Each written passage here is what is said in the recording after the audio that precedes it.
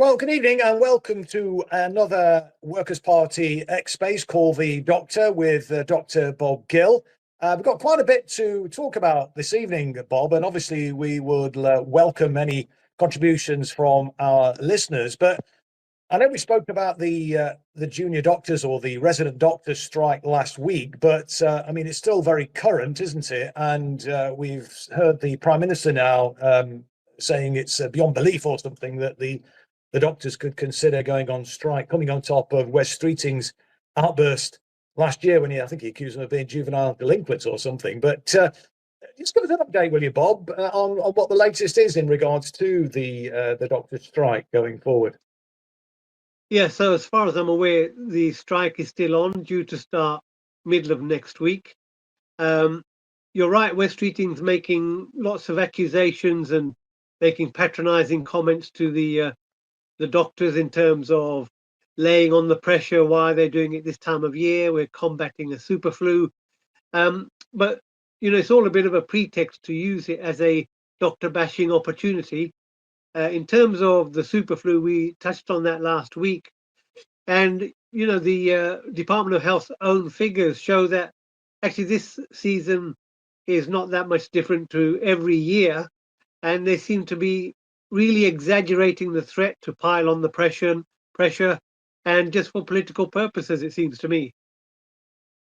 Yeah. What do you make of Keir Starmer's, I've got to say, Sir Keir Starmer's comment that he said it's frankly, just to quote him, frankly beyond belief that the resident doctors would strike during the NHS's worst moment since the pandemic. And he says that the NHS and patients who need it would be in grave danger.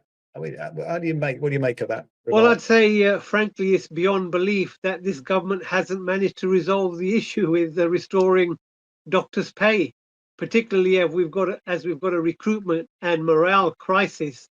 So the person with all the power to resolve this problem is just pointing the finger elsewhere, which is typical of Starmer. I think he's got to be one of the most deeply unpopular prime ministers in this country's history. And I'm quite confident to say anything that comes out of his mouth won't really land with much power, because he's totally discredited. Yeah. What do you make of the BMA's comment, the British Medical Association? I mean, they're saying that, I guess you would agree with this, but they're saying that the government should not be scaremongering and making the public think that, to quote them again, the NHS will not be able to look after them and their loved ones. Is that a fair comment? Absolutely. Politicians like to scaremonger to achieve an objective. But as I've said, they're exaggerating the consequences of the flu, the seasonal flu. And, there've been multiple strikes now, and they'll just have to follow the procedure where emergency care has to be conducted safely and other care postponed. But let's not forget, the majority of people languishing on waiting lists and, requiring treatment they're not getting is down to consecutive governments cutting capacity and problems with workforce capacity as well, not down to the strikes. The strikes overall have quite a small impact on the waiting list for routine and elective surgery and treatment. Yeah.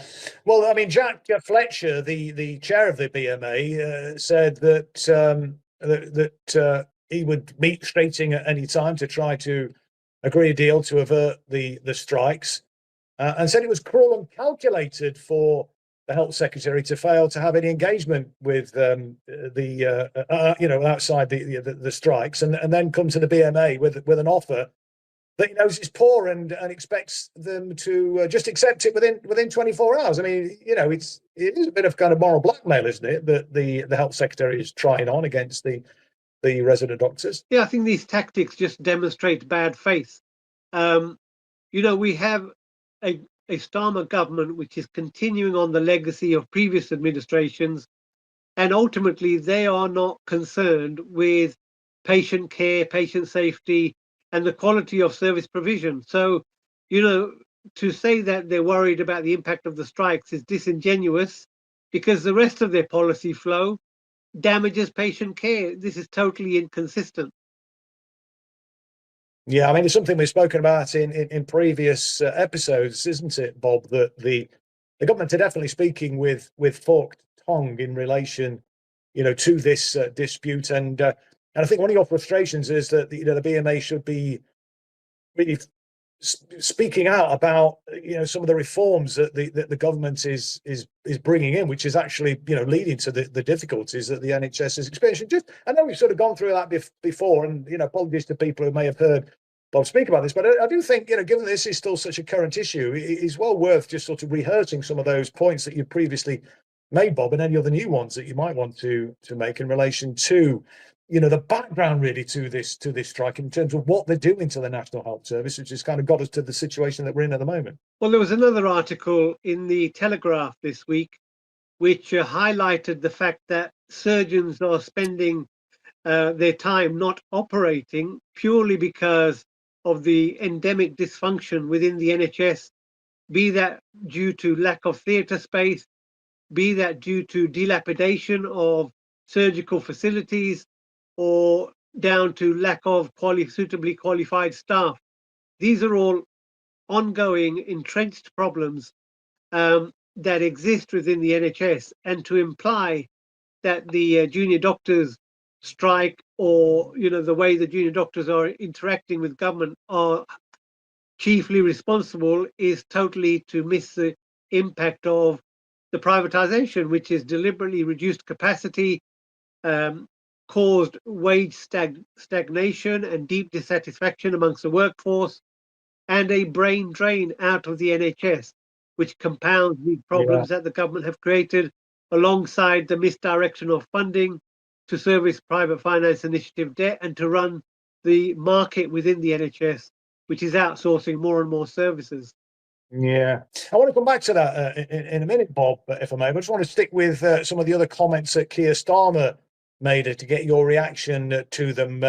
He's also on record as saying, "I am a Labour Prime Minister who believes in workers' right to strike." Would you believe? But then he goes on to say, "But let's be clear, when it comes to the strikes planned by resident doctors next week, they should not happen. They are reckless." And again, it's just kind of, putting the blame on the doctors, putting the ball squarely in their court, rather than taking responsibility for the situation that they're responsible for in terms of the background to why the doctors have ended up going on strike. And obviously, part of that is what you've just been talking about there. But how do you respond to that remark from the Prime Minister? He says he's in favour of the workers' right to strike, except when it comes to them taking strike action, it seems. Well, it seems to me he's competing with Donald Trump in terms of how many contradictions he can get out in a public statement.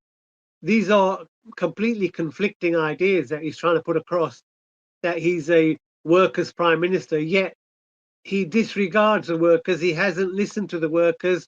The tactics Wes Streeting's employing by non-engagement and then giving ultimatums and deadlines for negotiation, this does not strike me as a government at all interested in improving workers' terms and conditions or the respect with which they are treated.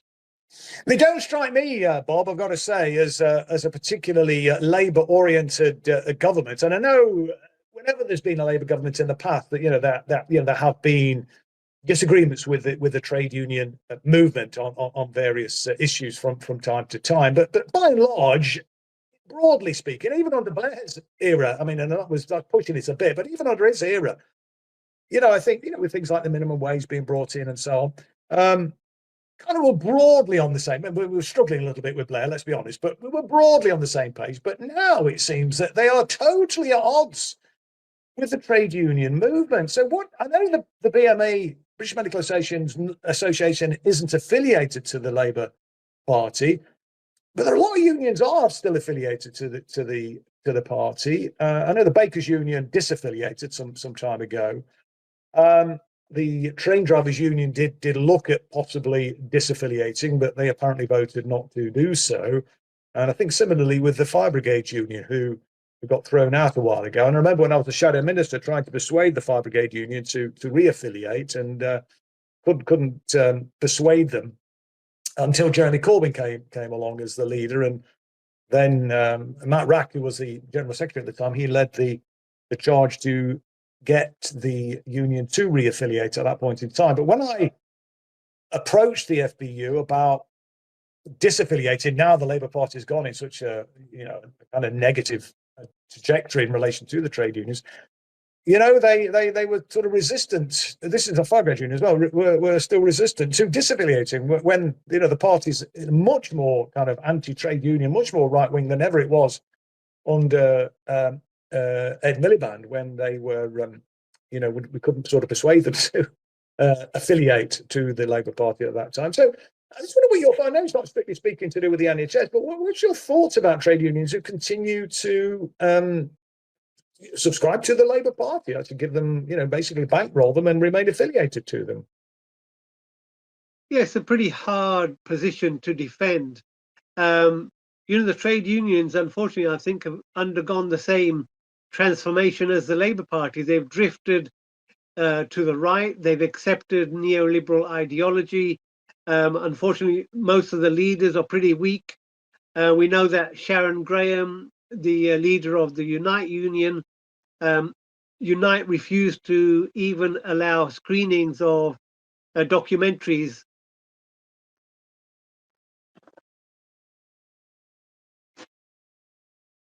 I've lost you, Bob. Hold on, let me just. Hopefully, you still got my audio. Yeah, I've got your audio, mate. Yeah. So Sharon Graham, refused to allow Unite buildings to be used to screen documentaries favourable to the struggles that Jeremy Corbyn had. So their actions haven't really resembled anything like the unions I remember growing up back in the 70s. So they have sort of weakened their stance in terms of protecting workers' rights, as have the Labour Party. They're in service to big capital. We know that Starmer and Rachel Reeves and others have had meetings with the head of BlackRock, Larry Fink, so that they are servicing the billionaire class, the capital class, and just paying lip service to looking after workers. Yeah, I mean, and we know, you might want to say something about this as well, Bob, that some of the leading figures in the Labour government are very close to the private healthcare industry, and I believe have received contributions from them, haven't they? Absolutely. So Wes Streeting is a significant figure who's received funding from those who have interests in private healthcare, as has Starmer. I mentioned earlier Larry Fink and BlackRock. They are known to have interests in, they've invested everywhere, to be honest. Most parts of the economy are subject to investments by BlackRock, and healthcare is no exception. So, if you're receiving money from the private health industry, they want a return on their investment, and the return on investment is to carry on with the privatization. Yeah, and I remember many moons ago, Harold Macmillan, former Tory grandee, former Tory prime minister in the late 1950s, may have been into the early 1960s as well, railing against Margaret Thatcher, selling, as he put it, selling off the family silver. Well, I mean, that's continued, or it did continue under Blair and Brown, and it's being accelerated, being turbocharged in it now with this shower of so-called Labour politicians that are in governments at the moment. Yeah, so the general trend is to mold every element of the economy, whether it be totally private or publicly funded, to shift it and mold it into something that can provide a profit stream for some private corporation or the other. And healthcare has been turned into a corporate cash cow. And every reform or idea that they put forward, you just have to ask yourself a simple question: who's going to be extracting a profit out of this? Because the whole idea of public service was to remove the profit idea from the service provision, remove any chance of perverse incentives, and provide it in the most efficient way possible, particularly when it's a natural monopoly like rail, water, the Yeah. utilities, and healthcare is a natural monopoly. Mhm. We've discussed in earlier episodes that you don't go around shopping for health provision. If you're involved in an No. accident, you're not going to do a Google search on the best A&E department.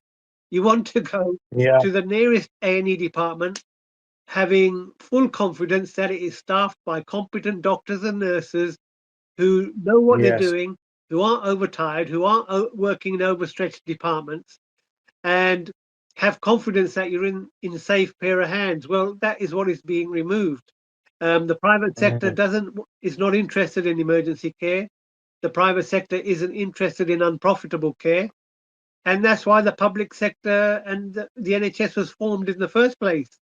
Before Yeah, of before course. 1948, you had a total mixture of provision. If you were rich, you didn't have much difficulty. If you were dirt poor, you had no access.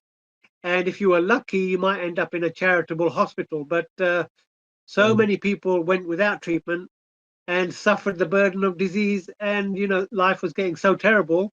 Many of them ended up terminating their own lives because of the fear of Yeah. suffering and also being a burden to their family, which the NHS removed. Yes, absolutely, of course. And Bob, you don't have to be a dyed-in-the-wool socialist either, I think, to acknowledge the sorts of services that you just listed there. Healthcare, obviously, being at the top of the list, but healthcare, water, sewage, rail, um, energy, etc., is far better being provided by the public sector, which is devoted or should be devoted entirely to delivering public service, rather than the private sector, whose overriding priority is making money. I was interested. I was listening to an interesting podcast yesterday, I think it was, with Steve Keen, the economist Steve Keen, heterodox economist, really good guy. Spoke actually at the Workers' Party National Members Council earlier in the year. I think it was September.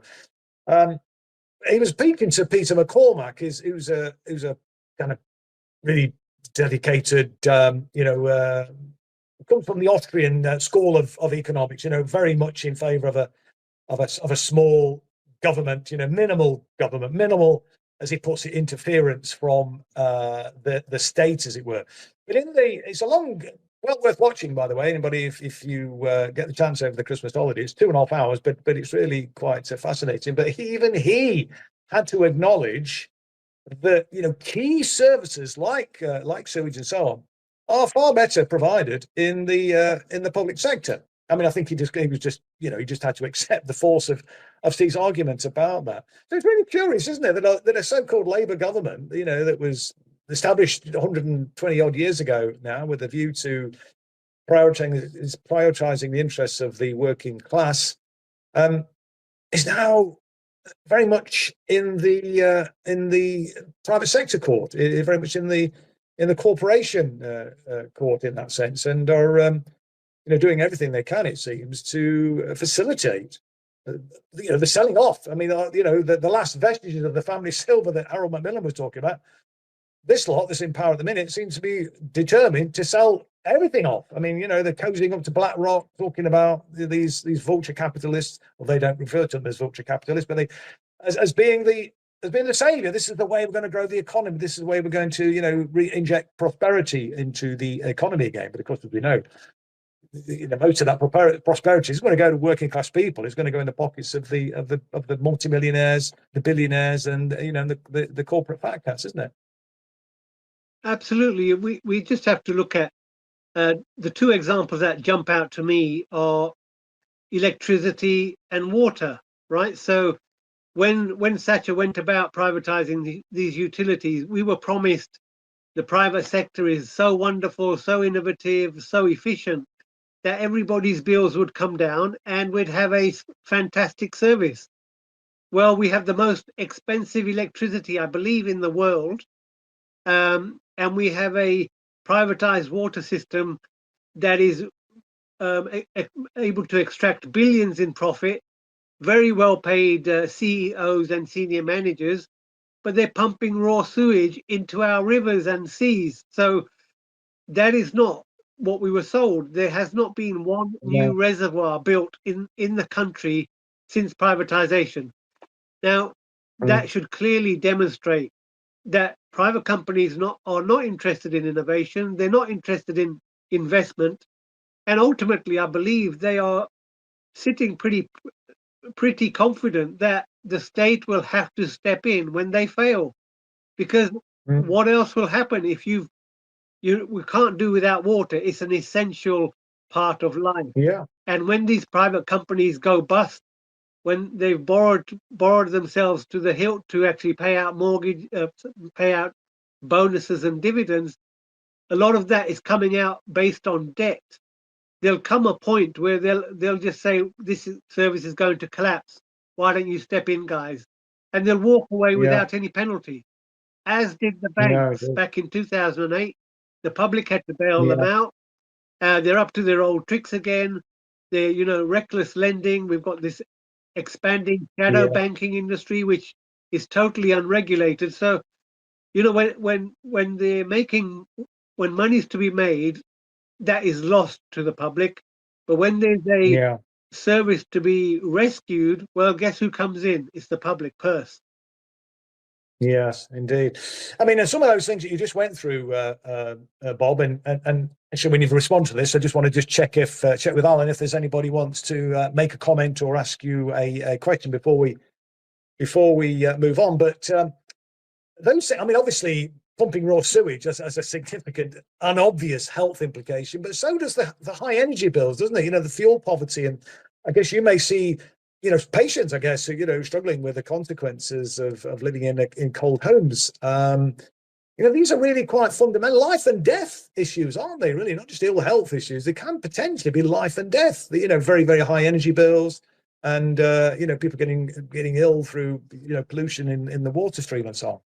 Absolutely. So we know that every winter, because of the cold weather, there's a significant increase in the deaths of elderly people. Now, if they can't afford to heat their house, they're sitting around very cold. That will have a knock-on effect on their immune system, and that's unfortunately how they succumb to the winter viruses. So, being so poor that you can't adequately eat or feed yourselves has a Yeah. has a demonstrable effect on life expectancy. So we know that. And the government are quite Mm. happy to price people into an early grave. So whatever they say about their wishes to improve healthcare, it just does not fit with the rest of their policies. And Mm. remember, Mm. Starmer promised to renationalize water, to renationalize the utilities before he got into Yeah. office. So his rhetoric is that of old Labour, but as soon as they Yeah. got into power, his actions are of Thatcher on steroids. Yeah. Yeah. No, absolutely. Absolutely. I mean, it is a travesty. And we know, I mean, and it's not hyperbole from your point of view. And I know you don't indulge in hyperbole anyway, Bob, but just for anybody who may think that you may have been exaggerating slightly there in relation to the impact on elderly people, the Labour Party, before they got into power, I think it was under Jeremy Corbyn's watch, and it was when the Conservatives were talking about scrapping the winter fuel payment, they did an impact assessment and calculated that it would potentially lead to just under 4,000 elderly people losing their lives. So we're talking literally about a matter of life and death. And yet, when Labour came into office, one of the first things they did was to scrap the winter fuel payment. They've partially reinstated it now, but I suspect now, that there are quite a lot of people who've lost their parents and grandparents as a direct consequence of that decision. I mean, these people should be held accountable for this. I mean, it's kind of almost like sort of state sort of manslaughter, really, in my opinion. But Well, there's yeah, been a lot of oh, sorry, Bob. research into the impact of the post 2008 financial crash and the Yeah, austerity agenda that we were subjected to for over a decade. And there's various yeah, figures of upwards of 300,000, 500,000 premature deaths as a result of the austerity program. So, you don't have to take our word for it. The evidence is out there from, yeah, authoritative organizations like the World World Health Organization and the UN and various other organizations who can do a detailed assessment of the impact of austerity. Yeah, no, absolutely. I just want to ask Alan now in the gallery if we've got anybody who wants to make a comment or ask Bob any questions yes, at this we've stage. got John Homer waiting to speak, so go ahead, John. Okay, mate. Hello. Oh, good, mate. Hi. What do you want to say to Bob? Yeah, sorry, the sound was breaking up there. I'm not sure if that was for everyone else as well. Beg your pardon. I hope that doesn't happen again. Can you hear me okay? No. Yeah? Yeah, we're fine, mate. Got you loud and clear. Yeah, excellent. Obviously, those that know me know that I've worked in mental health for a long time, and I do appreciate that a lot of what we're talking about in terms of the health service, sometimes mental health gets overlooked a little bit. Yeah. And I think there's been this kind of progression over time that we've seen, those of us working in mental health, where the reliance upon what they call the third sector, so the charity sector, has just increased massively. And I think, I mean, I'm not sure the exact figures, but the beds now that are available within the NHS are a really quite a small percentage of what they were. And I think how it used to be, going right back at the start of the health service, was that mental health beds weren't just for people who had mental health problems, as odd as that sounds. I mean, anybody who had autism or learning difficulties, anybody who was homeless and disowned by the family. There was some very kind of inappropriate uses of those beds back in the old days. But what we've got now is a situation where it's actually really, really difficult to occupy a mental health bed, and we're relying upon services, and they're very good services. Chris and Bob, I mean, some of them are invaluable to people who was struggling with domestic violence, drug and alcohol problems, people victims of sexual abuse, and so forth. And just homeless people who may have drug, alcohol problems, mental health problems, whatever. So what we're seeing within mental health is a kind of a collapse of the social security net that was there that captured these people. And I just want to link that to things like homelessness, and also, our capability to be able to support people who have autism, mental health difficulties, drug and alcohol problems. What we're seeing is really a collapse of that system, and we're totally relying, really, as I say, on charity to be able to do that. And the funding from government again comes out the public purse, but there's a lack of accountability within that, because it doesn't fall within the usual sort of governance that we have. There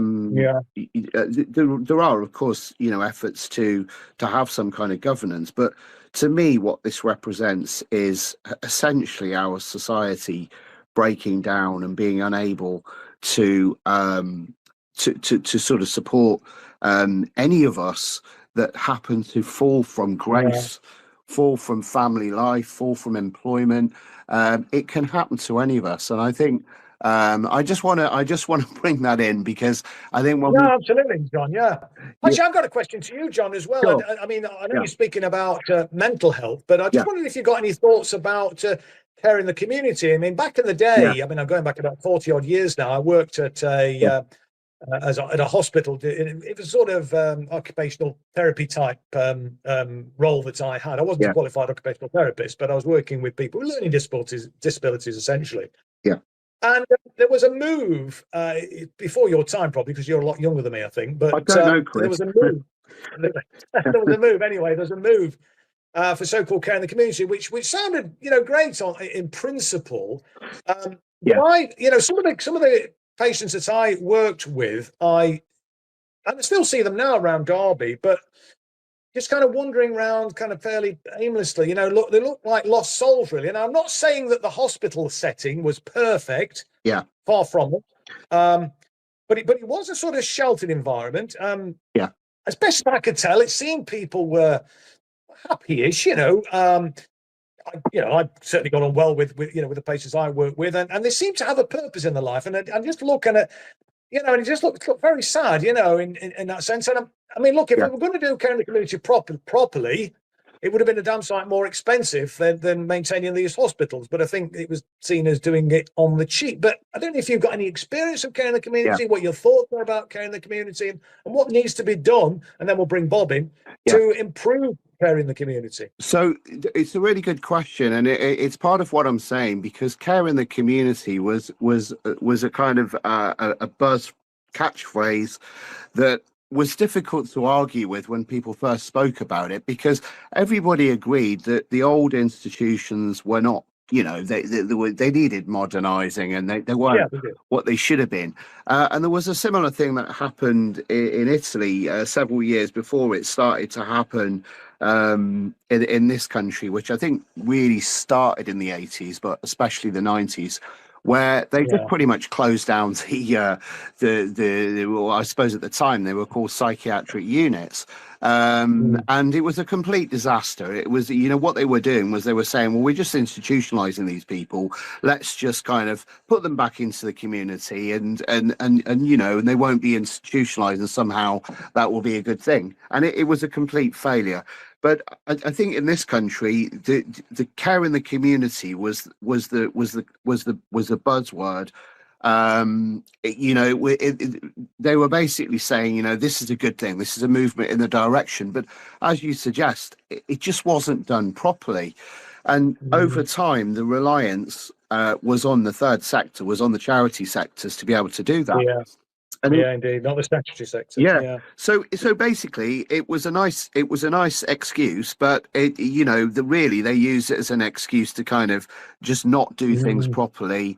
And not support people. And there was I noticed, because I've left the health service now, but I noticed in the latter years that there was a trend towards forming partnerships between NHS trusts and charities such as Mind and so forth, where they would set up initiatives because perhaps there was a concern. It had been expressed perhaps in the House of Parliament that, there weren't enough services for sexual abuse victims, or any other thing that happened to be topical at the time.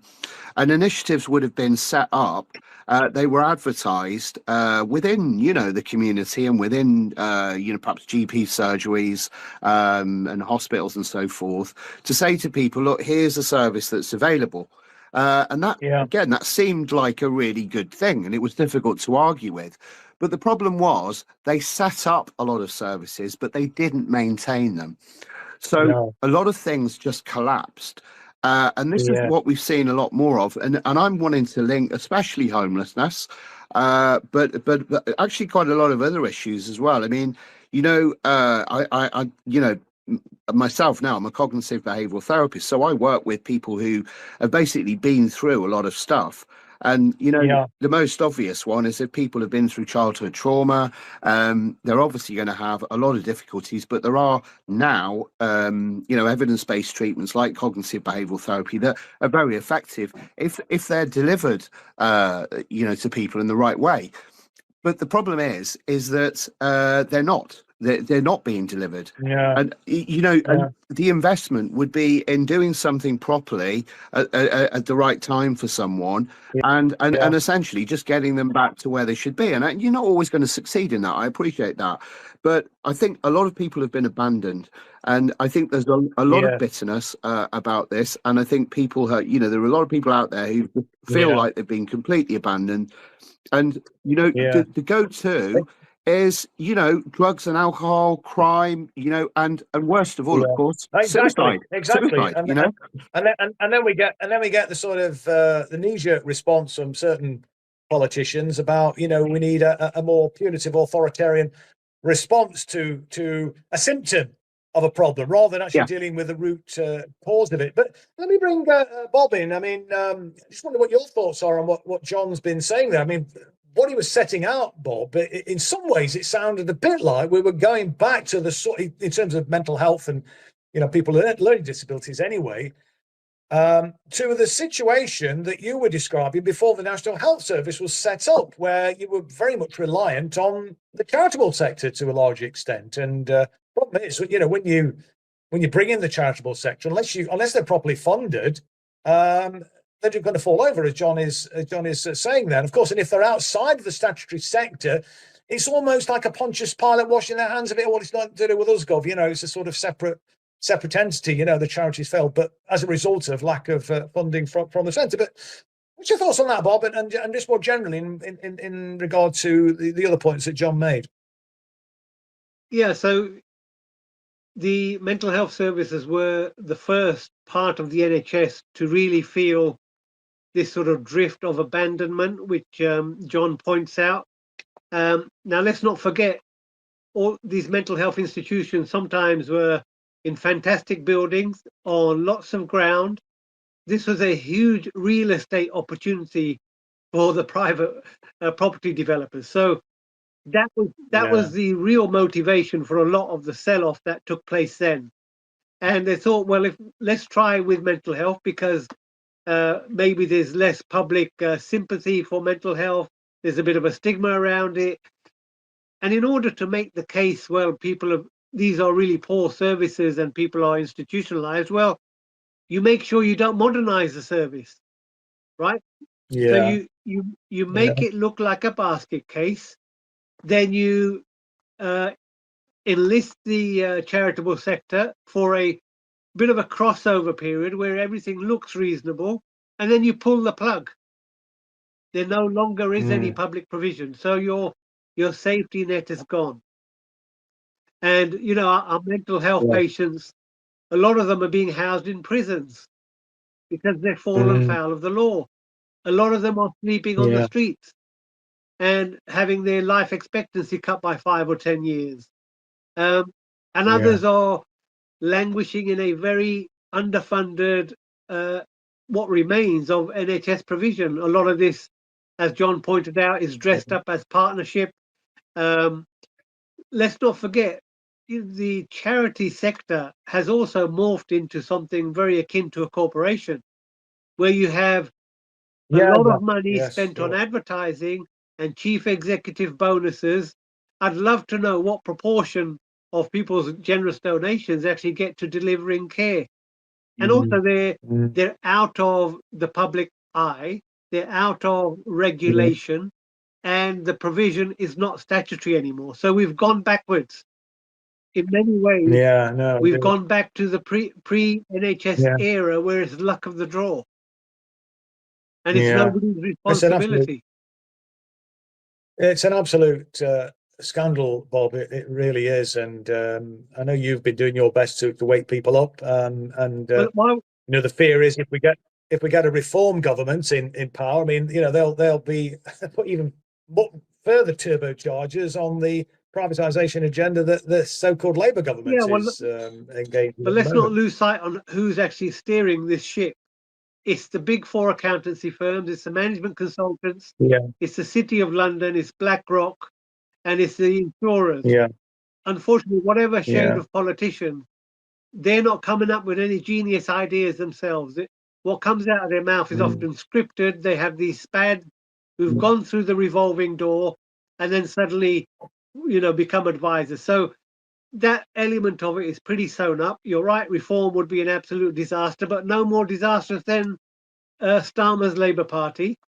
Yeah, it's just a continuation. Yeah, I know, but a lot of people, a lot of people are looking to them. I just want to give you a couple of examples of what happens in the States. So, more than half of our mental health beds are privately provided now. Some of the companies already have a bad track record in the States.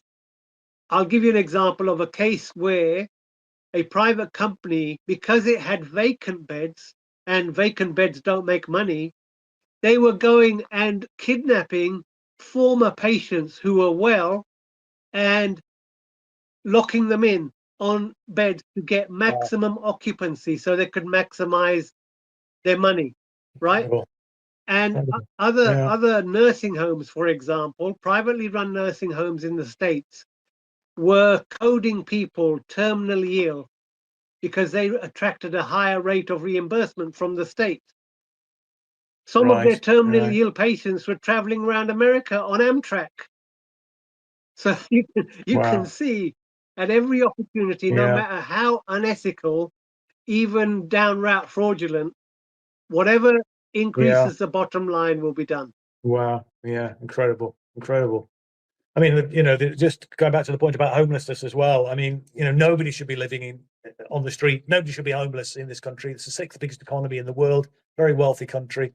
With political will, we could not just eliminate homelessness, we could eliminate poverty, but it's going to take political will to make it happen. And that political will does not exist with any of the political parties sitting in Westminster at the moment, and certainly not with Reform, where a lot of people are thinking they might be the Seventh Cavalry riding over the hill as a sort of a great sort of anti-establishment outfit. They're not. They are the pillars of the establishment, and it's really important, I think, that we wake people up to the fact that they are not any sort of alternative to what we've had for certainly the last year and a half under the Labour government, and indeed the last sort of 40 or 50 years of neoliberal, the neoliberal economic agenda that all the parties have been pursuing really since Margaret Thatcher. Actually, a little bit before that, even really under Jim Callaghan and Dennis Healey in 1976. But before we move on, then, Alan, just in the gallery, anybody else want to make a point? Is Alan Yeah, with us? there's nobody at the moment, Chris. Okay, mate. No, cool, mate. Well, let me just move on then, if I can, then, Bob, because one of the other things I saw just this week, reported by, I think it was the BBC, if I'm not mistaken, actually, that operations and treatments are being cut back as NHS orders hospitals to save money. This is building really on, I think, the point you were making about dilapidated hospitals, but according to the BBC, anyway, that managers of the NHS are deliberately cutting back. I mean, what do you make of that report? I don't know if you saw it, Bob. I think it was it did come out. When are we today? Come out on Friday. BBC reported that on Friday, but I don't know what your thoughts are on that. Yeah. So the first thing to say is it's utterly disgraceful and a betrayal of those patients who have been languishing on waiting lists to experience yet more unnecessary delays economically, in terms of addressing the NHS spending as some sort of economic drain. Well, the opposite is true. We know that if you help people restore them back to work, they're going to contribute to society, contribute to the economy. You will free up their relatives who may be working as carers or contributing to their care at the moment. So you're liberating economic activity. So it doesn't make actually any rational sense on economic terms. And we also know health spending delivers something called an economic multiplier effect. That means for every pound invested in healthcare returns up to multiples of that time, 5 to 10 times what you've spent. So it's actually an economic stimulus to spend on healthcare. So this is Right. an insanely stupid idea, but feeds into that sort of narrative about the household budget, and doubling down on economic illiteracy, which you talk very well on often on our previous discussions. Yeah, no, indeed. I just want to read a passage from this article, if I might, Bob, because it picks up on an issue that you've previously raised in earlier episodes. It says regional health boards have ordered some hospitals to cut back on the number of patients they are seeing, meaning hundreds of thousands of patients could have to wait longer for treatment. The rationing measures are being applied mainly to private firms doing NHS work, but multiple NHS hospitals are understood to be affected too.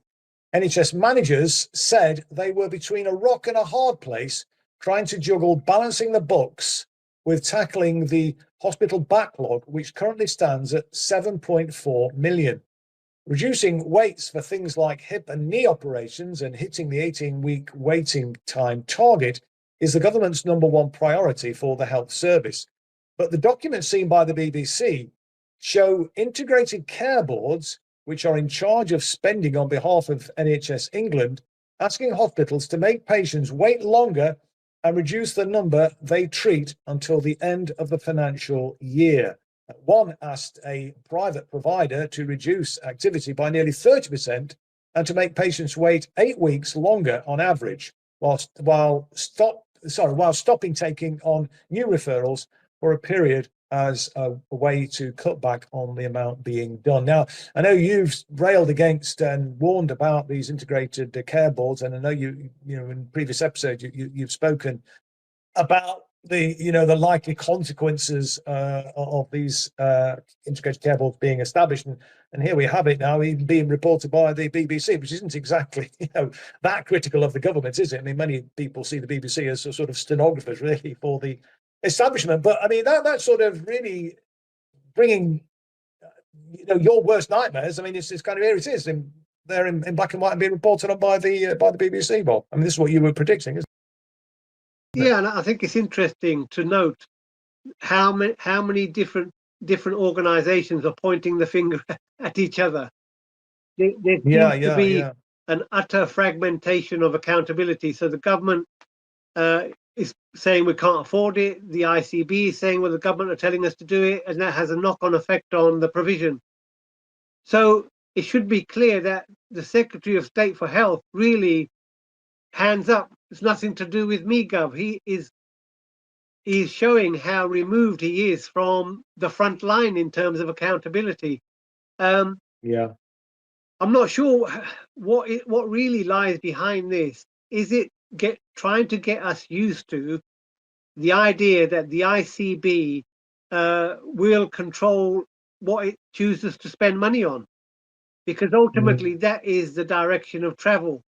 This new public-private entity, the Integrated Care Board, will ultimately decide what services it provides and to who. For example, they may decide for a population of 2 to 3 million that they will no longer provide fertility services to the whole population. So is this story a way of normalizing the concept that these organizations can just stop providing care? And I think maybe there is an element of that in this story. Right. I can't really understand why this government, which is in bed with the private sector, would reduce the funding flows to the private sector unless there is a genuine problem of workforce capacity. So if you don't even have enough surgeons who often moonlight from the NHS to the private sector, is this a plausible narrative to deflect from the real problem, which could be a workforce problem? Yeah, no, indeed. Yeah, interesting. Let me just, before we move on again then, Bob, to something else which has been in the headlines this week, to just ask Alan in the gallery there if anybody else No, Chris, carry on, my friend. Okay, mate. Yeah, cool.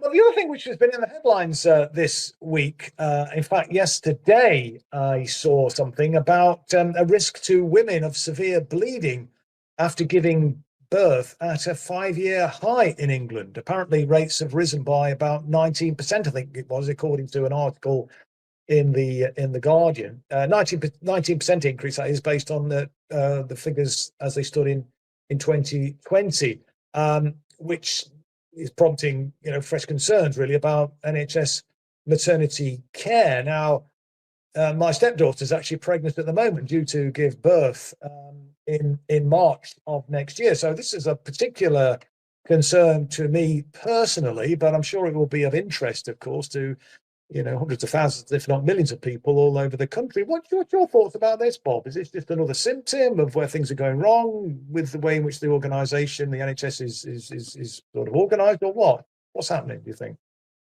Yeah, so there's several factors at play. You have maternity units across the country that are struggling. There have been various maternity scandals in terms of preventable baby deaths or maternal deaths. Units such as in Nottingham. We've also had the maternity hospital in Margate was under scrutiny. So there have been various newsworthy disasters within maternity services. So there is an inquiry going on into maternity services. But as we've discussed before, these inquiries are often set up not to find the actual systemic problem. We saw this with mid-staffs. Now, the reason they're suggesting that these postpartum bleeds are going up Some of them are related to the maternal factors. So unfortunately, mothers are more unhealthy and they're having babies at a later age. Obesity, Right. maternal age are factors in the mix. But Yes. on top of that, you have a lack of staff, patients getting to maternity units late, often told to stay at home a bit too long. Maybe their Yes. actual pregnancy and delivery not being supervised enough, frequently enough, or by suitably qualified staff in very busy units where there may be a delay in access to surgical intervention. So all of these adding together, showing this the 5-year rise in terms of maternal bleeding. It's a marker of not only issues with maternal health, but also systemic failings within the maternity service, which is as a result of much of what we've discussed. And I think, Mm. if you wanted to get to the truth, I don't think you need a multi-million-pound public inquiry.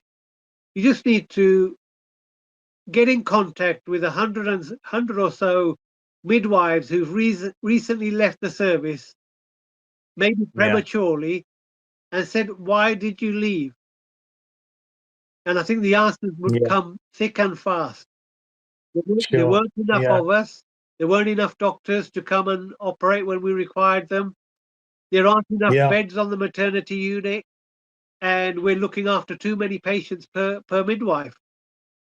Yeah. No, It's indeed. It's kind of blatantly pretty obvious tricky. what the problem is. No, indeed, indeed, indeed. And it's kind of like exacerbating the problem, I suppose, isn't it? Because, people feeling that, the system's so overstretched that, they're so stressed in terms of trying to deliver a good service, and the people just, bail out in the end because they can't cope with it. And then that puts even more pressure on the service. But I just want to pick up on one of the points that you made, Bob, and just link it back, really, because, sometimes people might wonder, well, why are you talking about the economy so much, when we're talking about health? But you made a really important point in your contribution just there, where you talked about, women, for example, having babies later now on average, health problems, not as healthy maybe as they once were, and things like obesity, etc., etc. Well, these are directly linked, aren't they, to 40 or 50 years of neoliberalism. The reason why people very often are delaying their starting a family is because of the cost of housing, which has gone, if I might use the pun, through the roof. And so it's very difficult now for people to get established and be able to have the environment in which they feel confident about starting a family. Precarious employment now is endemic throughout the land, and of course, and that will have a consequence as well, just in terms of people's feeling secure enough to actually start a family, but also people are short of money, just the ability to have a healthy diet, and this is having this knock-on effect, as well as all the other problems which you just made relating directly to the National Health Service itself. But that underlying problem, people delaying starting a family, the health problems that you mentioned, etc., all link back, don't they, to the economic agenda, which has created this monster, really, where the economy isn't working for ordinary people in this country. It's serving the interests of the elites. It's serving the interests of the faceless corporations. It's not serving the interests of ordinary people in this country. And we know, don't we, from the figures, the UN figures, United Nations rapporteur showed that there was over 14.5 million people living in poverty in this country a few years ago. And that figure's only got worse of late. That is a problem, isn't it? This kind of, no matter what we did with the National Health Service, even if we, made the kind of Rolls Royce, we reorganized it in a way in which you have advocated, Bob, and made sure it was properly funded and so on. That wouldn't solve the root cause of some of these problems, would it? Because whilst people might get better care, more effective care, the supply stream, I suppose, if I put it that way, of patients coming through with these complex problems, etc. And people as in regards to maternity care, delaying starting a family and all the rest of it, all those problems are still going to be there, aren't they, if we don't sort out the economy? Absolutely. So the biggest factor driving chronic disease and poor maternal health, stress is cannot be understated, whether it be through lack of income, lack of job security. All of these things increase your chronic stress, and chronic stress drives insulin production. When you're chronically stressed, you're going to go for comfort foods, fast foods, ultra processed foods. Gives you a bit of a high, they're addictive. So you end up adopting unhealthy behaviors, and people say, well, you're making bad choices, but these are heavily advertised. These foods are designed to be addictive. And Yes, and indeed. before you know it, you're putting on weight, you're destroying your body's metabolism, you're not getting, healthy natural food packed with vitamins and antioxidants, so the weight creeps up. You increase your risk in getting diabetes in pregnancy, high blood pressure in pregnancy, and just because you're getting bigger, also that an insulin resistant, that has a knock-on effect on the size of the baby, because diabetic mothers will produce very big babies who are more prone to multiple complications during delivery. And you're right, if we're living in a chronically stressed society, who can't afford to eat well and are brainwashed to advertise ultra processed junk, then the demands on the healthcare cannot keep up if you're not tackling the root cause, which is stress, wealth inequality, and marketing by big food companies driven by profit, driving us all to live unhealthy, chronically disease-ridden lives. Yeah, I mean, and the right wing of the political spectrum talk about the nanny state. Margaret Thatcher talked about the nanny state, and going back to Reform UK, I mean, they're Thatcherite 2.0. I mean, they're absolutely turbo. Again, they'll keep using the term turbocharged. They are turbocharged Thatcherites, and they very much would be against, as they see it, over regulation. But this is where you talked about, and I'm pleased you mentioned that, Bob, about foods, some of these fast foods being addictive. We know that the food industry very cynically have done this. They've experimented with different combinations of some of these processed foods to make them addictive. I mean, these people, again, they are causing this health crisis. And we've got political parties sitting in Parliament. I don't know how many of them are funded by the big food industry companies. I'm sure some of them are. We know certainly they're getting funding from the private healthcare and the pharmaceutical sector. But we need to clamp down on these things, don't we? I mean, this is where you need regulation to stop this sort of abuse, frankly, of the population. Absolutely. So the history of big food is quite interesting, because back in the late 50s, early 60s, the tobacco companies knew the game was up. They could no longer lie convincingly that tobacco didn't cause lung cancer. So the same companies bought up food companies, and their scientists went from designing flavorings for tobacco into designing food, and they designed food to be addictive. It's not based on nutrition. When you process food, you actually remove the nutrition, you remove the fiber, you remove any goodness, and they've discovered certain combinations of loading it up with sugar and a certain amount of vegetable fats hit that sweet spot literally in your brain, which says, soon as you finish, I want some more of that. So they have created a population of ultra processed food addicted people, and they say, well, it's your own choice. No, it isn't, because you've made us addicted by designing food for exactly that outcome. It's a perfect example, really, Bob, of why just putting everything into the hands of the market, as it were, as if the market will find the solutions for a good society. Just simply, just doesn't work, because, as I said previously, their main focus is making money. And I'm old enough to remember, Bob, talking about smoking, that when it first started, some of the reports coming out about the health consequences of smoking, they would get advertisements where saying doctors smoke, I can't remember which brand of cigarette it was, but the doctors smoke a certain brand of cigarette to kind of give it that kind of reassuring endorsement. Oh, if doctors are smoking, it must be okay. I think people are utterly bloody cynical, and we've really got to bring them to heel. Very briefly, Bob, we're nearly out of time. I'm just going to ask Alan quickly if there's anybody got a question they want to or a comment they want to make. No, Chris, we haven't got Alan in the anyone, gallery? unfortunately.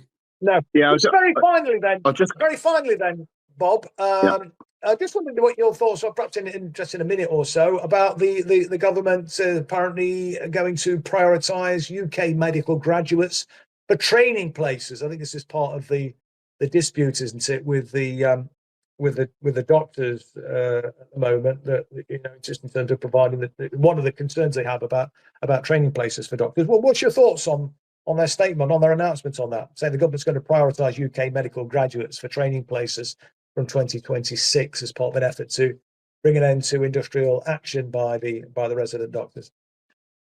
Yeah, well, that was just one of the issues that the resident doctors wanted to be addressed.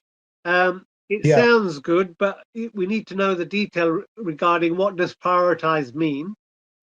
Yes. What does it mean at the end of the training period? For example, I'm a GP trainer. We have doctors who've already done 2 years of foundation training, then they enter a GP training program, which is another 3 years, and I see them in the final year. Well, what happens after that? Because we still have a problem of the introduction of GP substitutes in primary care called physicians associates, and those roles are 70% funded outside of the GP's normal income stream. So doctors are voting with their pocket. Unfortunately, the GPs are the incumbent GPs are choosing to employ these non-doctors who are subsidized, whereby these GPs finishing training have no jobs to go to. So it doesn't address that issue. No, indeed. There's lots more to talk about there. Yeah. Perhaps let's come back maybe to this. I'm sure we probably will in the next episode, Bob, but we're out of time now. Really been going for just over an hour, so I think we should probably curtail it at that point. Thanks again, Bob, for your insightful contributions. I really appreciate that. And thanks to John as well, who was our solitary contributor from the floor this evening. And that was an interesting discussion, I think, as well.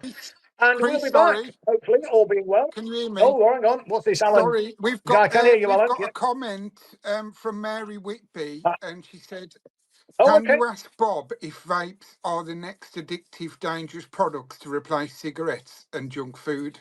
The same profiteers just find the next product until people get wise to it. And why would health professionals encourage patients to use vapes?